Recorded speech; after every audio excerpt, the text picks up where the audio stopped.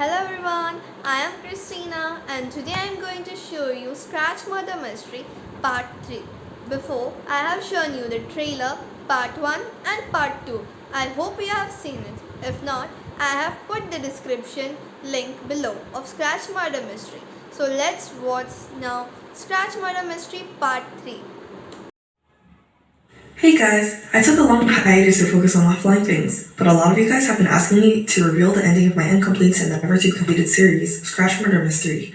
A lot of you know that the series has been causing a lot of unwanted stress for me, and I appreciate those who stuck around even though the third episode has been cancelled.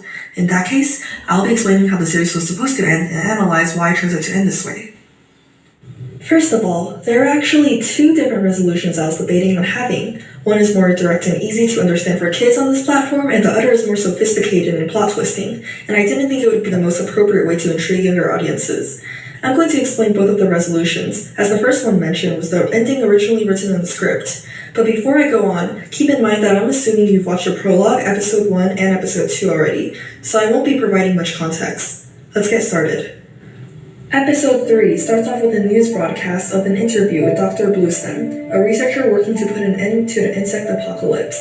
She's burnt out but determined, and reveals that the killer insects avoid rain and have a main weakness to the exposure of ultraviolet light. As UV light is produced by the sun, Bluestem explains how the world has changed so much from the humans modifying the planet carelessly, that with so little sun, a species of alien bugs invaded, causing an end of the world scenario. President Skelly is impressed by her research, and the two seem to have some chemistry. After Berta is pushed off the balcony by a mysterious figure, the three remaining survivors who are woken up seconds after her scream scramble in panic. They rush to the balcony and look down in horror to see Berta's lifeless body on the muddy ground. It is suggested that Berta jumped off herself, since it's hard for someone to return to bed so quickly without being noticed, but traumatized, the three survivors conclude that one of them is still the mastermind behind all of this. The rain begins to come down, and the three are worried the bugs would come out again, so they return inside and shut the door behind them. Feeling nauseous, Sofa asks to be excused to puke, which puts her under suspicion for requesting alone time, but she insists that they could come with her if they wanted to. Sterlon and Phantom agrees to wait for Sofa in the entrance room. Meanwhile, unnamed people are all cheering for President Scully's plan to exterminate the bugs. A few people are protesting against this plan because it would put them out of business, implying that they adapted to the apocalypse and used it as an advantage to make money. Selfish, right? Looking at you, AK. Back in the cabin, the two boys discuss their suspicions against Sofa, how she led the group to blindly cast out Aliel because she is a fool.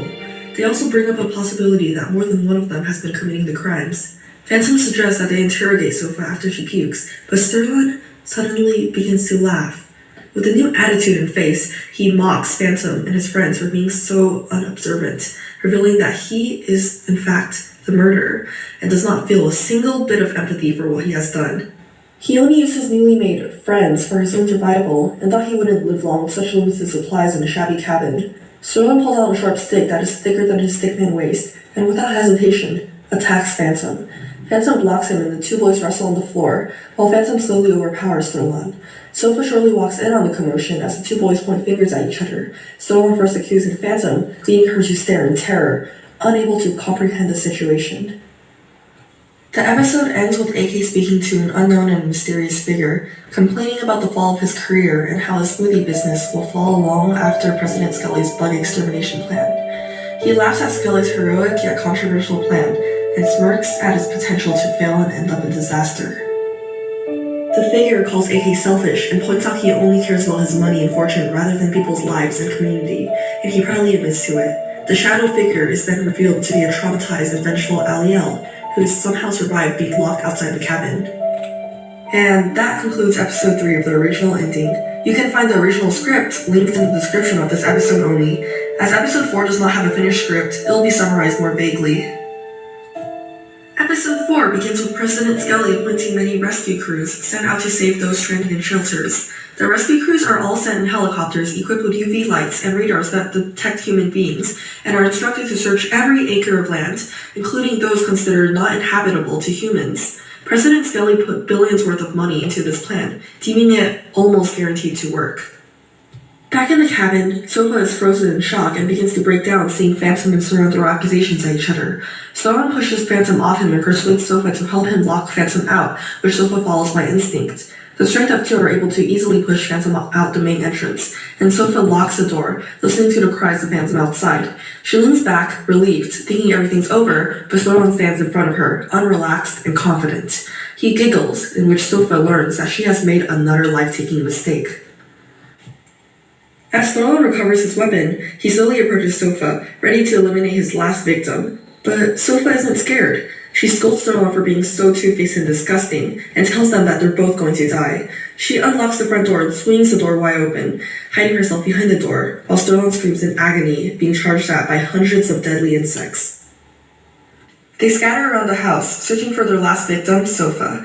Phantom, who has already been bitten and is barely able to stand, throws himself behind the door with Sofa, embracing her with his last few breaths, shielding her from the bugs. Wow, is this series a mystery thriller or a romance? Just in time, one of President Skelly's rescue crews arrive and exterminate thousands of insects in the area using UV light. They drag Sofa to safety as she sobs, seeing the bodies of her dead friends, including Sterling. Weeks later, all insects have been successfully exterminated, and people start going outdoors again. The murder mystery makes it on television news, with Sofa labeled as the only survivor.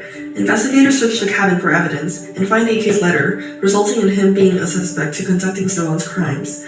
Golden and Aliel are announced missing, and the people worldwide who are fascinated with the murder mystery search for the two teenagers, despite knowing that they are most likely dead. In his hideout, AK sees himself being wanted on television news, and remarks that his letter was just a joke. He tells Aliel about his old friendship with Sterling and how he isn't surprised that Sterling pulled off an entire murder mystery scenario. The two share the last of AK's killer insect smoothies. It is shown that 3 of the seeds Aliel planted are dead, with 3 still being alive, and end credits roll. If this symbolizes the status of the innocent survivors, I wonder who the third alive survivor is. And there you have it, the resolution I chose to go with for Scratch Murder Mystery. But what if things went differently? What if the murderer was in fact no one? I was this close to rewriting the entire script for a more sophisticated resolution, but decided not to for the sake of not disappointing the younger viewers. Let me explain everything. Golden wasn't dragged out by anyone. He locked himself out because he went insane, causing the 6 other survivors to doubt each other. Sterling poisoned Potato Soup because he suspected Potato, as the owner of the cabin, to be the one who dragged Golden out.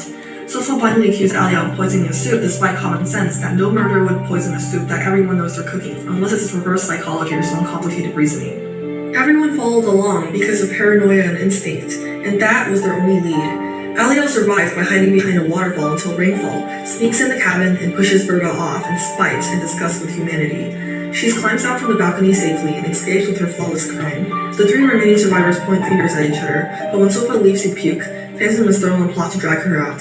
The 2 boys, still doubting each other, wait until they are rescued by President Skelly's crew.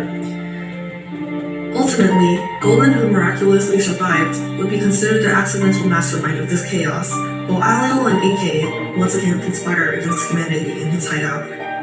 The complete loss of trust in everyone in a life or death scenario is fascinating.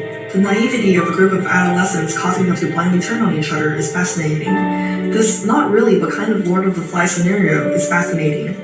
A tragedy that could have been prevented in so many ways, well, that's just tragic and not fascinating at all.